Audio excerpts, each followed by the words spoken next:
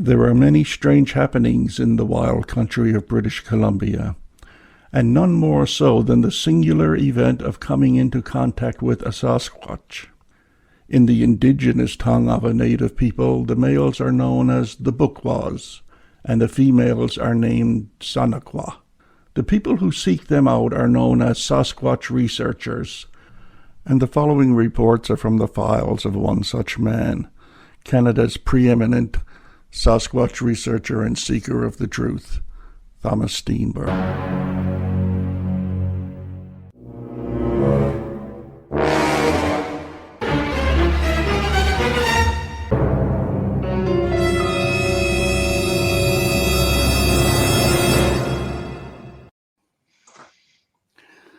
Hi, folks. We got a good show for you here today. It's myself, Jerry Matthews, and Mr. Thomas Steenburg, as per usual. And this is Sasquatch Chronicles number 8. Well, let's get right to it, as we're used to doing. I'll take a lead on this one because this is one that came to me originally. I was out ATVing with Bill Miller and I believe Barry Blount one Sunday afternoon back in that was September the 25th, 2008. 21st. And I just, pardon? 21st. There he is. He's always there to remind me how incompetent I can be. And let's see. Okay, 21st then. We'll have it your way.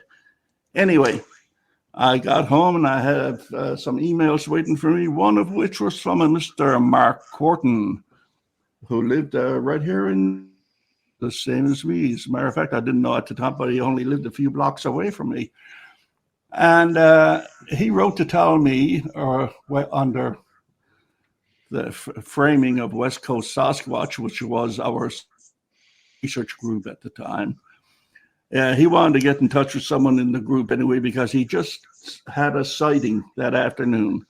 He was deer hunting out on Ruby Creek, a forestry road, and he had an encounter. Something threw a rock at him, a large rock, and it landed very near him and freaked him out, and he caught a glimpse of a few things.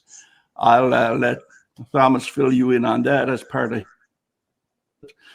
but I just gotten back anyway from the east side of Harrison, and I got this email from him, and I remember that Bill Miller was still over at the campgrounds in Harrison Hot Springs.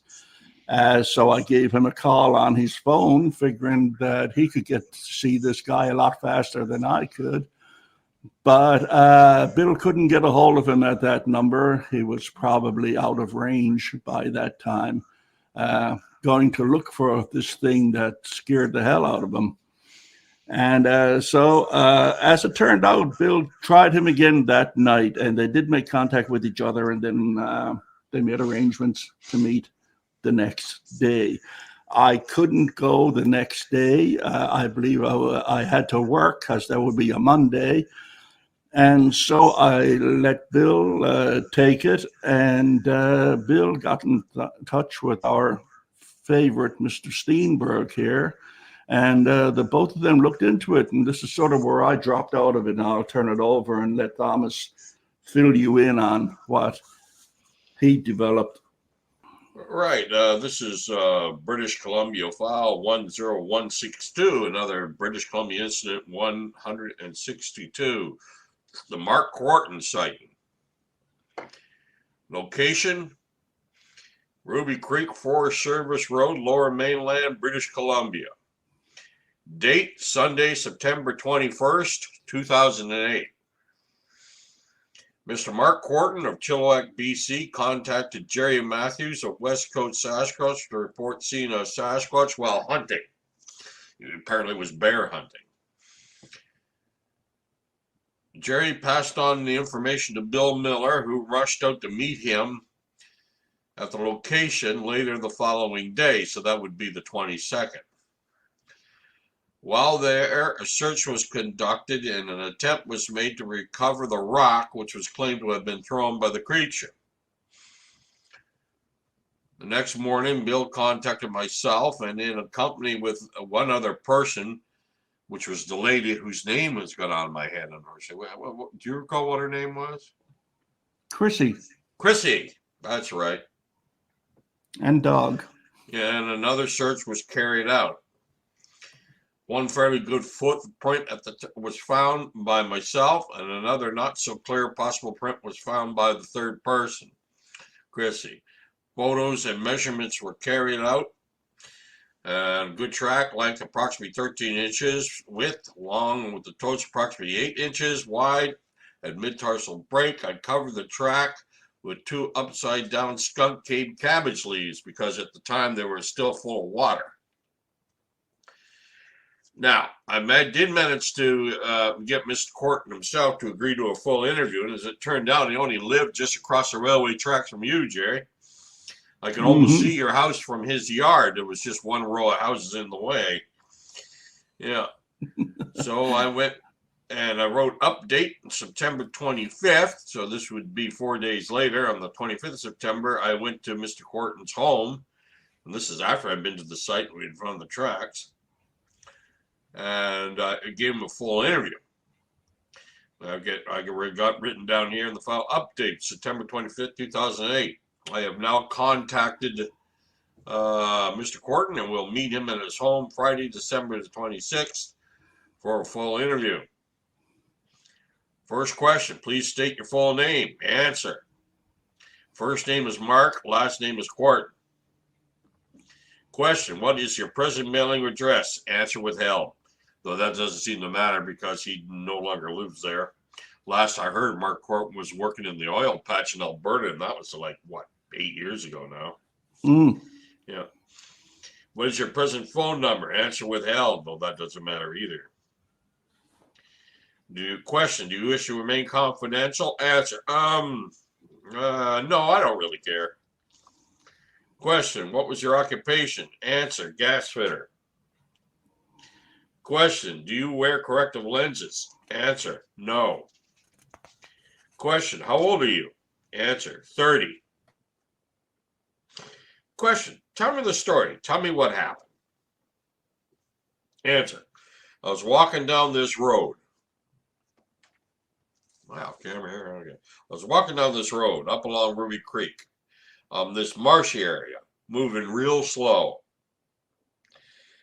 keeping an eye on the bush, looking for deer, bear.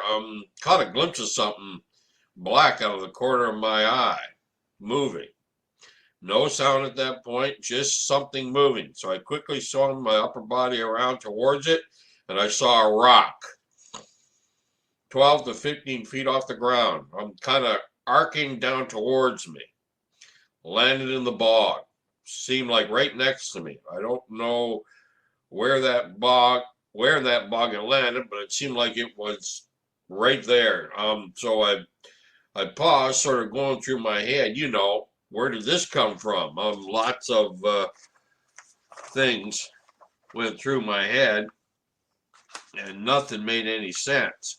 I backed up a little bit and was looking at the grove of trees, saw something black start to move, and it took off like a rocket. I could see only a small amount, like a piece of it, through the dense trees that were there. It took off straight up 50, 60 yards. It stopped. Then it took off again, another 60 yards or so, I guess, and stopped again. And then it took off until I could no longer hear it moving any longer. Question, where did this occur? Answer, Ruby Creek, the first major hydro cut up Ruby Creek Forest Service Road. Now, we've sort of determined not long after that it's 5 kilometers up Ruby Creek Forest Service Road at a wide junction along a bog and old, beaver pond bogging. And as you well know, Jerry, since then, a lot of that area has been deforested by clear-cut logging and a second power line and a power station that was put in there, 5 years ago. Yeah. Yeah. I knew the place well years ago. I knew it like the back of my hand. Now I'd get lost if I went there. Nothing's the same. Yeah. Question, what date did this take place? Answer, September 21st, Sunday. Question, at night or day? Answer, during the day. Question, what time was it? Answer, approximately 2:30 to 3 o'clock, somewhere in there. 2:30 to 3 o'clock p.m. in the afternoon. Question, describe the area in which this took place. Answer, I was on the gravel road. I was completely surrounded by the bog on both sides. Pretty dense cover. Young saplings everywhere. Starting right on the road. Pretty dense. Question, what were you doing in the area? Answer, hunting. Question, what were you hunting for? Answer, mule deer and bear. Question, what distance would you estimate you were from the subject when you saw it? Answer, 20 feet, 25 feet. Question, what color was it? Answer, it looked black. Question, what was your first impression? Answer, my first impression, holy shit.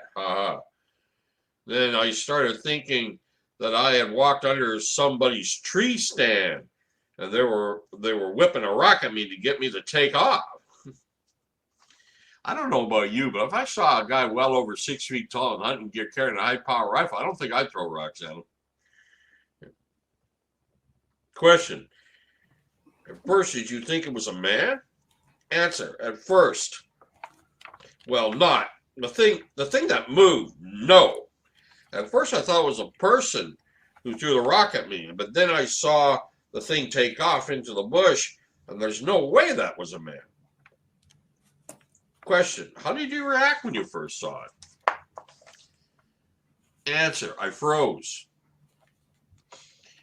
Question, what was it doing?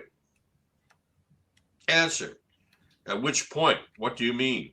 Question, when you first saw it? Answer, I didn't see it until it split. Like I said, I saw the movement and it split, like within a second or two. Steenburg note here, the first second was the clearest view Mike had of the subject. He could hear the creature bashing through the thick bush as it went around the edge of the bog. But the vegetation at the water's edge is so thick that only glimpses through the breaks of the creature as the creature passed were observed. Question, was it hairy? Answer, couldn't really tell. Question, did it stand or move upright? Answer, again, I couldn't tell. Question, did you ever see it go down on all fours? Answer, no. Question, how tall would you estimate this thing to have been? Answer, well, when I first it took off, it looked like it was about 5 feet tall. Question, how heavy do you think it was? Oh, I couldn't even take a guess at that. Question, lighter than a man? Heavier than a man? Man size? Answer, oh, it seemed to be about 5 feet wide. I mean, it was big. Question, how long did you think you saw it for? Oh, I don't know, half a second at most. Steenburg note, Mike is talking about the moment he first spotted the subject. He is not including the brief and partial glimpses he had of the subject as it moved away around the edge of the bog under cover. Question, did it see you? Answer, I'm pretty sure it did. Question, what was its reaction? Answer, it threw a rock at me. Question, and then what did it do? Answer, then it split. Question, did you notice any facial features? Answer, no. And question, could you tell if it was male or female? Answer, no. Question, do you notice anything about the arms, legs, etc.? Answer, no. Question, did it make any noise? Answer, question, through the bush, but nothing verbal, grunt, groan, or anything. Question, it made no vocal sounds? Answer, no vocal sounds, no. Question, did you smell anything before, during, or after? Answer, after. Question, can you describe it? Like the worst body odor you can imagine, like elk musk, pretty pungent. Question, you sure it wasn't just normal bog smell? Answer, oh yeah, it wasn't just bog skunk weed.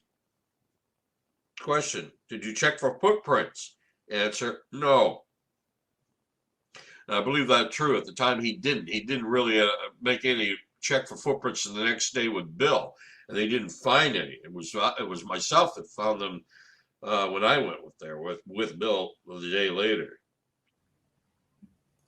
Question, did you report what you saw? Answer, later on that night, yeah. Question, to whom? Answer, I emailed. Don't remember the name. Question, West Coast Sasquatch, Jerry Matthews? Answer, yeah. And you forwarded or gave my number to Bill Miller. Question, describe your general outdoor experience. Answer, oh, I have spent my whole life in the bush. From, a small kid, Dad taking me hiking and camping. And Cadet spent a lot of time outdoors. And ever since I've spent a lot of time in the bush. Question, you've been an active hunter for very long? Answer, about 8 years. Question, were there any other witnesses to this? Answer, no. Question, you were alone at the time? Answer, yes, I was. Question, what do you think it was? Answer, I think it was a Sasquatch. Question, have any of your friends or family members ever reported anything like this before? Answer, no. Question, have you ever reported like this to anyone at any time to anyone else? Answer, no. Steenburg note, after the interview was over, I had a long visit with Mike and his family, as well as a friend which had come out of curiosity. It appears that Mike has been taking quite a bit of ribbing from his friends and workmates whom have been asking him things like, Mike, where's your 8? I also have the impression that his wife and daughter don't know what to make of all of this.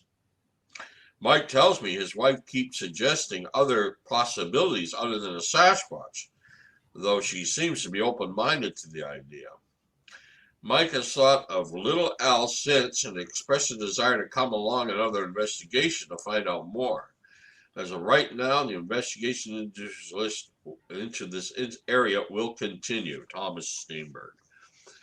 And that's the end of the transcript in file 162. So did he ever come out on an investigation to see how things operate, or was that basically the last you heard from him? No, we heard from him again because the BBC sent a documentary crew to do a little bit of filming. I can't remember the title of the documentary crew, but it was the same group, bunch of clowns that had from Ryan. And they didn't show up and never told them they weren't coming. Oh yeah. Yeah, remember that? That was the same bunch, yeah. And Yeah. But they were out there with Mark Corton. However, what they didn't ask to come up was myself and Bill Miller because we found the tracks. Yeah. Yeah, and I believe you have a couple of photographs of the tracks. Yeah, I wasn't there the day you found them, but I was there the day after you put the cast. And no, as a matter of fact, I was there because myself and Barry Blunt were on the road directing you and Bill Miller through this heavy, dense brush to a particular tree where Mark saw the creature stop, and he could see the top of his head against this lonely, scraggly tree. So you guys were heading for the tree, so you could probably get some height evaluation on the critter. I remember that. That was a day. That's when we went back again, and we were directing him, and that's when he realized that it had to be taller than 5 feet because he was assuming it was 5 feet because of what he saw in the bush. But then we noticed when he was there, and he's well over 6 feet tall, we could hardly see him. Yeah, I think we were there a few times during those 2 weeks or so. Because I was there too with Barry Blunt and yourself. Don't know if Bill was present at that time, Well, But yeah, that's the day I spent up to my hips in bog water looking for that rock. Anyway, yeah, I was in have a there with couple. you. Remember? Yeah, we do have. Boy, are we stupid? No, we had to This, find that rock. well, that's the idea, because it was a very distinctively shaped rock from the way he described it. He said it was a football shape. Football So it shape, rotated. yeah, It with rounded. rotated Yeah, as it came through the sky towards him. It it wasn't a spiraled. round Yeah, boulder. It yeah, spiraled like a football, so. yeah. Anyway, when you did go in there, you came across, this is a footprint. One of the footprints. Yeah. One of the footprints. We have a better one, but you can see the toes going along the top, and it was a lot of skunk cabbage and foliage and everything in there. It was really, like a thicket. It was really difficult going through. And those tracks were really, those tracks, that was the best track right there. And that's the one we ended up casting. Yeah. Now, it's not a track in the ground. It's track on layers and layers of rotting bog debris. Yeah. Yeah. And so you can see sort of like where the big toe is there in that picture, that there's a cavity there. And that's because we think the toes are actually grabbing at the ground as this thing walked. And it pulled out a big hunk of that garbage with the big toe as it lifted off, because when I casted it, and if you take that picture down for a moment, Jerry, when I casted it, there it is. Yeah, you can see the big toe, next toe, 3, 4, and 5. With this big one, it's got a cavity in it, okay, and that came out, But trying to cast a track in that mess, and it was a mess. Not easy. I'm surprised we got anything at all. Well, this is a picture of you coming out. Yeah. And that's what that area was like. It was like this deciduous trees around here. It was really thick. You had to, like the bushwhackers from the WWF, you had to fight your way through it, Yeah, it was a bog. It was a bog, I think, flooded area because of beaver activity over the years. It almost, at times, when the water comes up in the spring, it probably cuts that road right off, or at least it used to. Yeah. And went in there, and we actually left the track for a couple of days because the water was draining away, because there had been a wet period and then a drying period. But we heard that the weather was going to turn bad again, so we decided to cast that track before we lost it. The second track was unfortunately lost because Miss Schmer, Chrissy, almost fell in it because she tried to step a little too close, and it turned out to be a very soft spot. She sank almost up to the poor deer sank almost up to her crotch in this muck, and I had to pull her out. It was pretty strange, Yeah, well, I wasn't stupid enough to try to go around that swamp. I let you and Bill do it. And I think Bill gave up halfway. You were on your own by the time you got to a casting area. Yeah, when we found the tracks of Chrissy Schmer that night on the way out, it was getting dark. And it was just getting dark. And I fell into a hole. And it was above my head. And I was in a hole that was there for some reason. And it took me a little while to climb out of that. I got a picture later on. I'll show of yours truly hunting for that stupid rock up to my chest in bog water. Not very flattering. But we do have, in Mark's own words, what he experienced, if you'd like to give a listen to it. Roger that. Play away. First name Mark, last name Cord. What is your present mailing address? 93 Unit A, Chilliwack, BC. And what is your present phone number? 8861. Do you wish your identity to be kept confidential? No. What is your occupation? I'm a gas fitter. Do you wear corrective lenses? No. How old are you? 30. Now, first question is, just tell me generally the story. Tell me what happened. I was walking down this road at Ruby Creek in this marshy area, moving real slow, keeping an eye on the bush, looking for deer and bear. Caught a glimpse of something black out of the corner of my eye moving. No sound at that point, just something moving. So I quickly spun, mainly just my upper body towards it.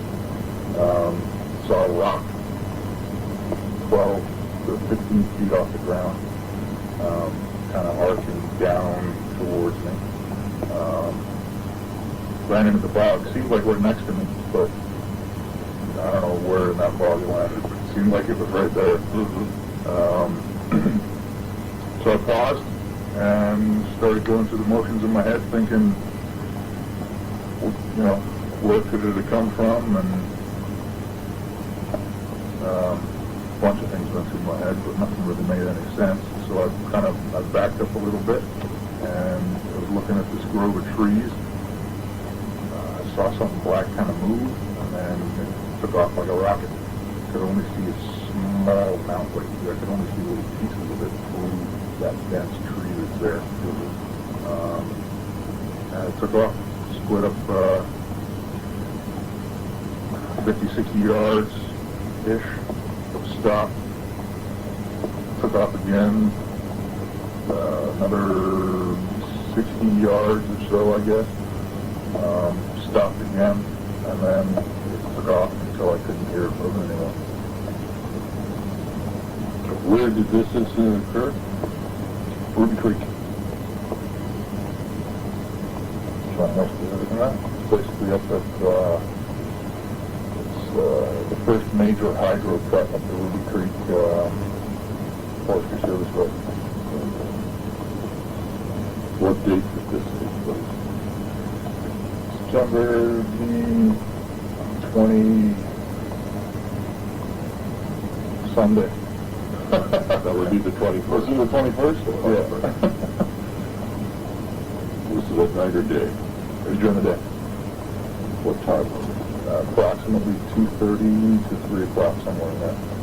Just describe the area in which it took place.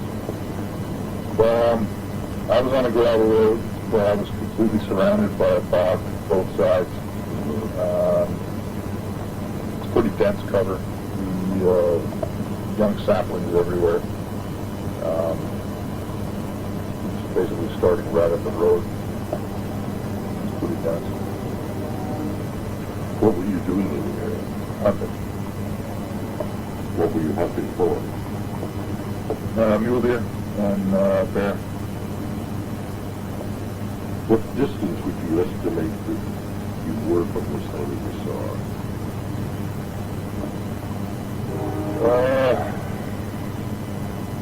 20 feet, 25 feet. What color was it? Looked black. What was your first impression? My first impression, holy shit. And then I started thinking that I had walked through under somebody's tree stand, and he was whipping a rock at me to get me to take off. Did you at first think it was a man? At first, well, not the thing that moved, no. At first I thought a person threw a rock at me, but then I saw something take off in the bush, and there was no way that was a man. How did you react when you first saw it? I froze. What was it doing At which point? I mean, when you first saw it? when I first saw it, I didn't see it until it split. Like I saw some movement and it split within a fraction of a second. Was it hairy? Couldn't tell. Did it stand or walk upright? Again, couldn't tell, but I couldn't see anything with being that high off the ground unless it was. Did you ever see it move down on all fours? No. How tall would you estimate the subject could have been? When it took off, it looked like it was about 5 feet tall. Do you have any guess as to how much you think it weighed? So I couldn't take a guess at it. You think he was larger than a man, smaller than a man, weight more than a man, man size? Seemed to be about 5 feet wide. So it was what, pretty big. It was big, yeah. How long do you think you saw it for? Oh.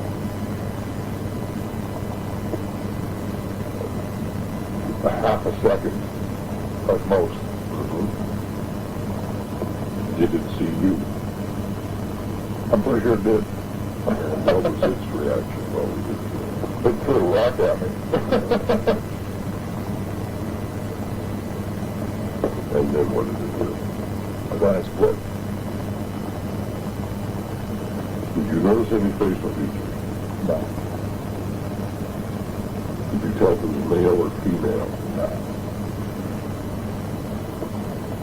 Did you notice anything about the arms? No. Did it make any noise? Just crashing through the bush, but nothing like a grunt or a drone or anything. It made no vocal noises. No vocal noises at all. Did you smell anything before, during, or after? After. Could you describe it?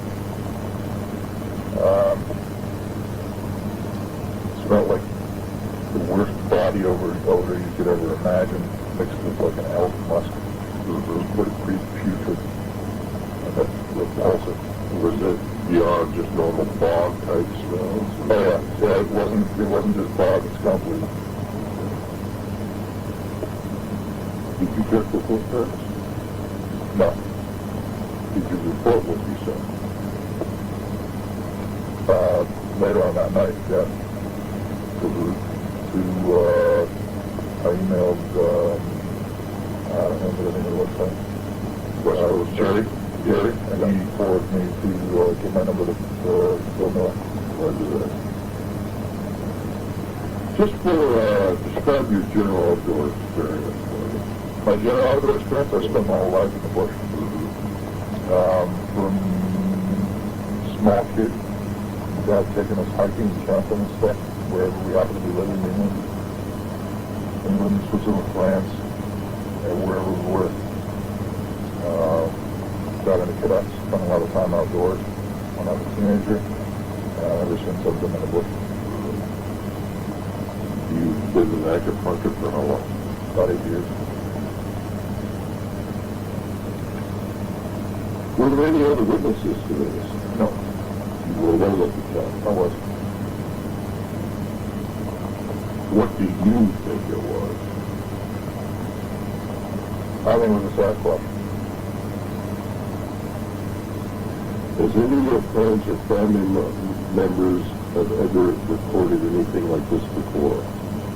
No. Have you ever made a report of an incident at any other time to someone else? No.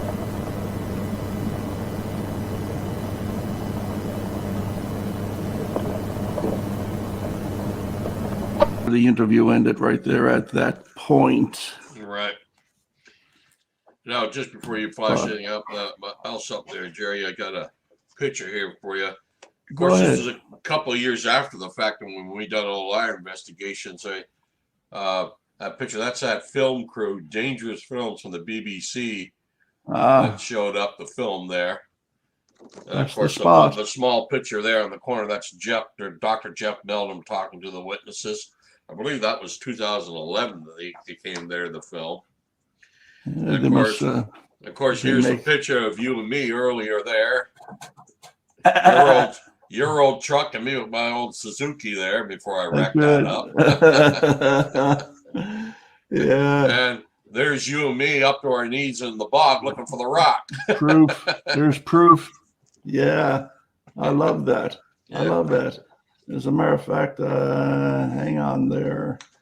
There's a picture of me in my soggy glory with a rock that looked nothing like the rock that he described, but Yeah. Matter of fact, that impressed me. Here we are. We thought we probably found the rock, and except it was almost round like a cannonball, wasn't it? The one we It ended up was. pulling out. And he said, "No, fellas, you got the wrong rock. The one I had was more like a football shape to it, with rounded, pointy ends. And when it was thrown at me, it was spiraling in my direction, which fits for an underhand toss. That's something at him. Yeah, underhand and backhanded. Yeah.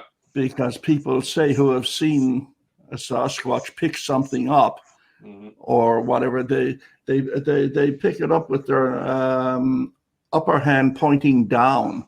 Right. They pick it up like a gorilla, and they sort of throw it underhand, giving it that spin when it leaves your hand. They don't do it underhand like that, or they don't throw it overhand, but they flick it that, Yeah. And so that explained the wobbling motion as it went through the sky towards him. But I'm telling you, that water was cold. It was full, about a foot of mud at the base of it. And I had a stick, you don't see it there, but I had a stick that I was poking around trying to find something solid. And I came up with a few rocks, but none of them was the right rock. Needless to say, I was ready for a shower at the end of that day. Yeah, we sure stank at the end of that day. I was wearing rubber boots and only came up to just below the knee, and they filled it right up. Things we do for our passion. Yeah. I was walking around the rest of it around there going sludge. Recently, there last year, I went up to Ruby Creek, and the first big Y in the road is at the 5 kilometer point. Yeah. I parked there and just drove around that area, immediate area, right where the first pole line is, or transformer line. And that would be where this occurred. Just beyond that, yeah. Just beyond that. Yeah. Although you'd never say it from the way it looks now, but the exact area where this happened still looks the same. However, this area, like this photograph here with you and me, that was taken at the Y junction, right? And you see how thickly bushed it is. It's now an open field because all that bush and trees were cut down when they put in that new power line just a couple of years ago. They put in that new power station there that wasn't there before. And the whole bog lake on the right side of the road, opposite of where the bog on the left side of the road where this happened, has been drained to make room for that new power station. That country's constantly changing anyway. Yeah. You got your roving band of beavers that flood out a place one year, then they flood another place the following year. Yeah, then you get human development, which changes it forever and kind of ruins it, in my opinion. But hey, that's just me. It was a nice territory to go squatching or just go for an afternoon ride or whatever. It was lots of interesting spots. And all of these places are disappearing. All these ATV, Forestry Service roads are being decommissioned left, right, and center. It's going to get harder, a lot harder before it gets any better. You know, some of you people out there sitting, scratching your head say, Ruby Creek.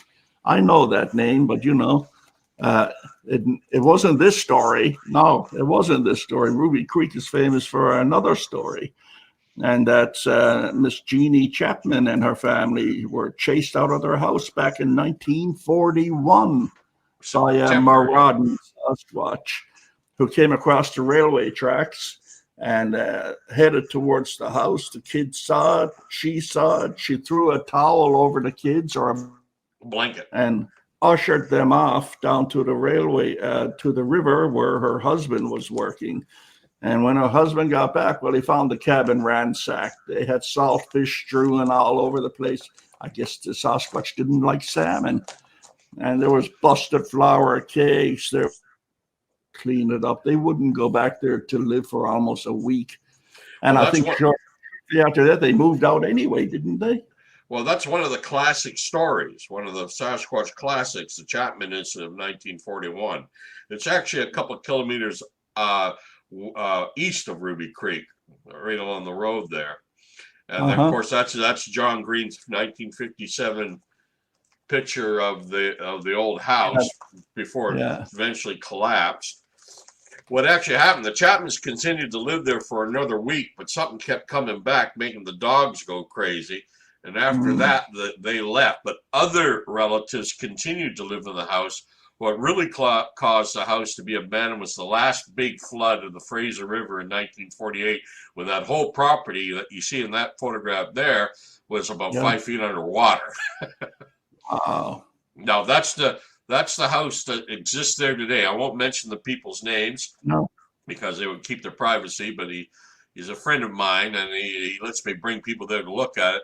And those two tall trees there is one of the trees you see in behind the Chapman house. We know they're the same trees because there's two of them, and they're both Siamese trees where you get one trunk and two stems growing out. Yeah. You don't see it in that picture because it's not open enough.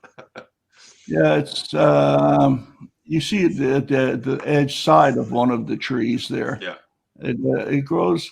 The house is almost in exactly the same spot as the cabin. If you look at the mountain, the ridge line up there, it matches up with the ridge line in this new. Actually, the cabin and the poultry unit would be on this side of the trees, to the second tree to the right. That's off the edge of your picture there. Matter of fact, those trees would be almost overgrowing it now.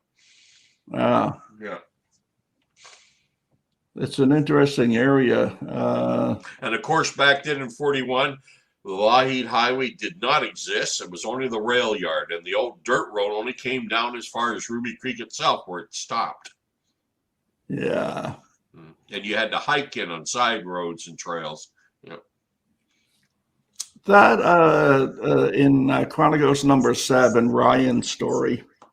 What year did that take place? 2009? No, 2008. It was the same summer. Yeah, that was the third site of the same. That was summer. August, and this was September. Yeah. It was. It makes you wonder whether it was the same creature, because all these happened within weeks of each other in the same area.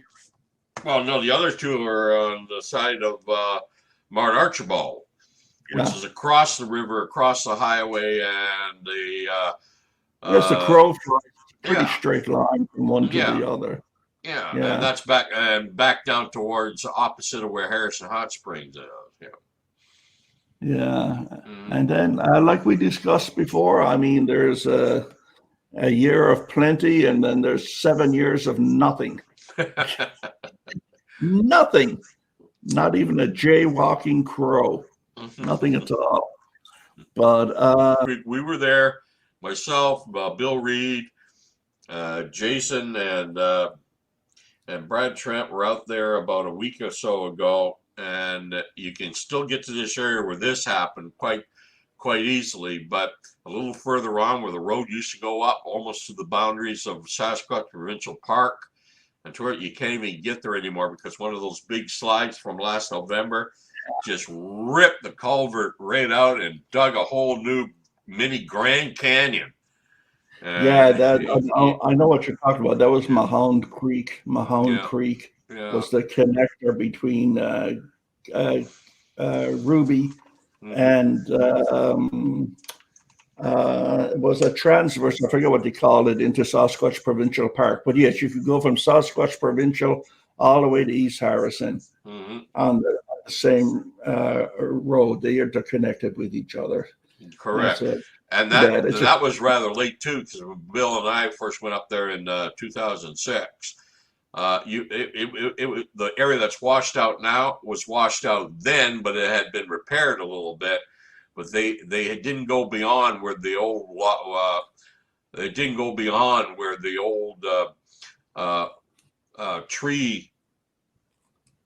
fallen tree bridge was over the creek where you enter the park, and then they went and logged and clear-cut logged all along the north boundary of the park, and they almost took it all the way to the East Harrison, but now you can't get near any of that.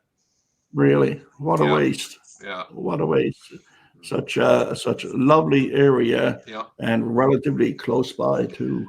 Of course, they unless they have a reason to repair that road, they never will, because unless they want to do more logging in there or something. or mining concerns, maybe. Mhm. Yeah, that broke my heart the day they pulled out the first bridge on Mhm. Garnet. It Yeah. was the beginning of the end. So that was the incident anyway at Ruby Creek. Yeah, I sort of wish those days were back. They were great. It was great territory to carouse in, I can tell you that. Go camping, go squatching, go fishing, go, do a multiple of delightful things. And those days are disappearing. If you get a chance to get out into the country, my friend, do not hesitate, because the country might not be there 4 or 5 years from now when you might want to take your kids to where you used to go. Yeah, But the clear cut logging has been extensive since this happened in that area. And of course, they put that new power line through and that new power station, and they cut everything down.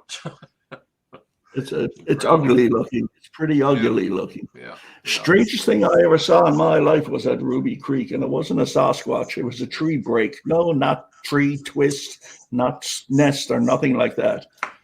It was just where you leave, there was a shooting area. There was a pit they used to go shooting in. And before you get to it, there's a road that left a field area where people used to camp, and it goes down through the woods, and it goes to a red gate, and it goes to another cabin, a spooky cabin. But when you first turn off the field to go down that trail through the trees, I happened to stop one day and I saw this tree. It was about 13 feet high or so. That was not snapped. Snapped is not the word. About 6 feet off the ground. It was like it was cut with a laser beam on an angle. The wood was not damaged in any way whatsoever. Neither was the bark. The other half of the tree was about 7 feet away, lying on the ground. And I picked up that part of the tree and looked at the cut is the best description I can give it. There was no mark on that either. It was perfectly smooth like glass. And there was no tear in the bark, nothing. The only thing I can compare it to is like a laser beam, just and it fell on the ground, because there was no scratches, no dents, no prints, nothing. It was immaculate, just like the tree fell apart one day all on its own. And I've never seen anything like that since. Never. Frost wouldn't do that. And I mean, besides, this was late in the summer. Well, it sounds like a cut to me. So for some reason, someone cut that tree. But it's not. With a cut, you'd see lines in the tree. You'd see a dozen things in a cut tree. This had none of that. It was smooth like glass. Well, like a laser cut. Yeah. Yeah. I have the feeling someone took probably somebody was marking the spot with one of them, big bladed saws on something. Well, yeah, but I wish I'd taken pictures of it now. I didn't have the camera with me that day. And that really puzzled me. I've never seen anything like that before or since. Mm-hmm. So before, we go down the path of the paranormal or anything, there's got to be a logical explanation for it. If anybody has ever seen something like that, hey, let me know. Get in touch with me. You got a picture, send it. Because it's the most baffling thing I've ever seen in my life. And that's for sure. So anyway, that's the story of Ruby Creek, folks. We have our next time around, even more interesting story. It's all about coyotes and Sasquatches and how they all love to make fools of you. But none more so than the people who interpret these things as Sasquatch related. It's a good story. It's a good story. It's a cautionary tale for sure. And we hope you enjoyed this one. And we'll see you in a few weeks when we do the Chehalis Sounds. Ooh, yeah. And so thank you, Thomas, for coming out this afternoon and playing nice. Thank you, folks, for listening. And we hope you got something out of this. If you did, hey, look, hit the subscribe button.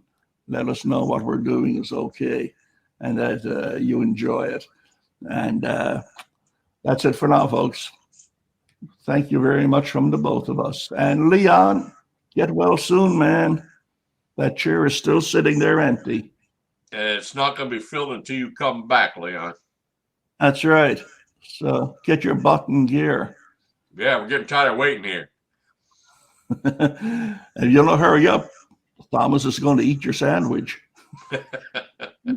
Okay, thanks, guys. Till the next one. Keep searching.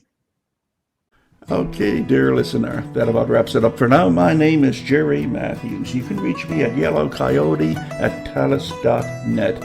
Thank you for your interest, and until the next time, keep searching.